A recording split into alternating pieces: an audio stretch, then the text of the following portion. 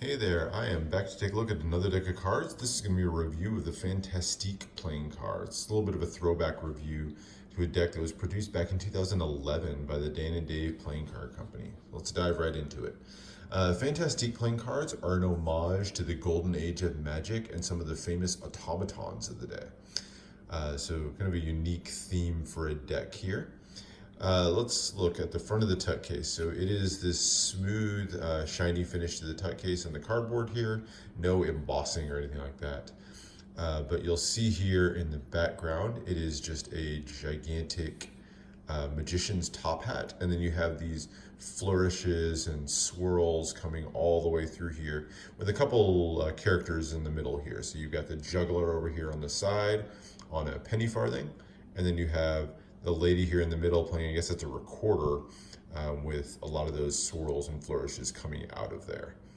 And then you have a little bit more of the swirl here at the top. You have Fantastique written in this really fancy script on the front there, and then playing cards across the bottom. There's a very cool monochrome look to the front of it. I really like how this looks. I think it's very evocative of that sort of 1800s era that they're really trying to capture. Just a really cool look to the front of the tuck case. The sides, one side just says the Dan and Dave Playing Card Company or the D&D Playing Card Company. And then the other side, illustrated by Sveta Doroshiva. She is a Ukrainian artist out of Israel.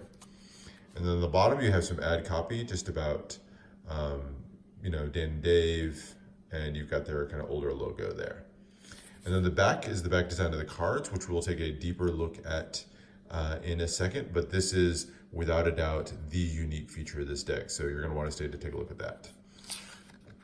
And then on the inside of the tuck case here, you have just really simply a jester right there in the middle. And the top just says playing cards.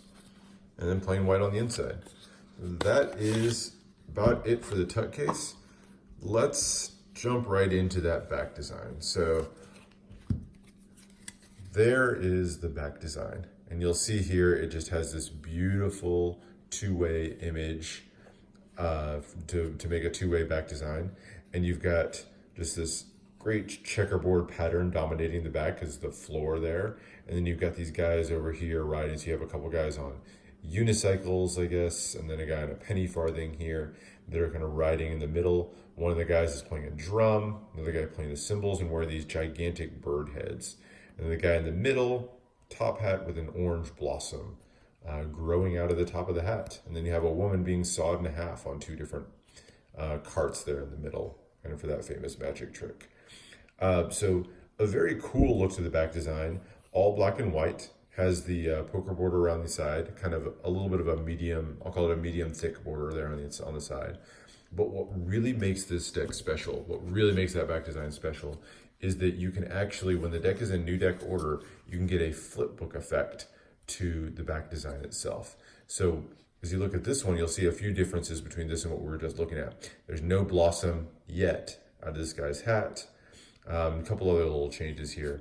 But as you flip through this, you'll look here, and you'll see that things just start to move. So a few of the things you'll notice, you'll notice the tree obviously start to grow out of this guy's head. You'll notice the woman just start being pulled apart.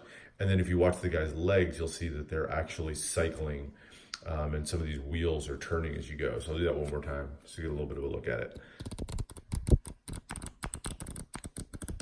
So very, very cool effect that you can get by just flipping through this, and just something I can look at kind of over and over again. So very unique feature to this deck whenever you keep it in new deck order. So that's very cool. Now let's look at the rest of the cards. Extra cards. So you do get two jokers, two unique jokers. And the first one is this bird magician wearing a top hat with a kind of a cuckoo clock effect and a jester coming out of the top. And then in his hand down here, he's holding a cane in one hand and then an appearing bird cage in the other. So a famous magical illusion where a magician is able to make a bird cage appear out of thin air. And then on the other joker, you have just the word joker, but it's made out of court jesters to create this kind of cool effect. So them kind of sitting there bent in different positions to make the letters. So that's your two jokers. You also get two gaff cards. both the same, just blank cards. And then let's look at the rest of the deck. So first off, the other really interesting card and the last automaton that we're going to see is the Ace of Spades. So this is a famous automaton called the Turk. The Turk was a chess-playing robot from the 1800s. And so the various owners of this machine would travel around the country and challenge people to a game of chess against their robot. And invariably, most of the time, the robot was able to beat people, despite the fact there was no, AI algorithms or anything like that. So people believe this is something where the robot actually was magical and able to beat people in chess, which is pretty amazing. But the trick behind the whole thing was that the bottom base here was actually large enough to fit a person. So they would put a chess master down here who would actually be the one who was playing the opponent. And then the robot would just reflect whatever moves through a series of mechanics in here, would reflect whatever moves the chess master was making inside. So the person who thought they were playing this mysterious robot was actually playing a chess master the whole time. So if you hear the term mechanical Turk today, it's a reference to this machine. And they use it to kind of refer to any system where it appears that it is automatic, but there's actually a human being behind it. That's actually making things run. So a lot of websites actually operate off of a mechanical Turk concept behind the scenes. In addition to the Turk in the middle, you've also got these kind of flourishes coming out of the top to finish out the design, and it says the D&D Playing Card Company at the bottom. So very cool look to the Ace of Spades. Design-wise, the rest of the cards are completely standard. So you'll see no difference at all in the number of pips here. There is a recoloring of the court cards in this black and silver, kind of a grayscale look to it there. And you'll see here there are actually hits of silver ink a little bit in here to kind of give that a unique look.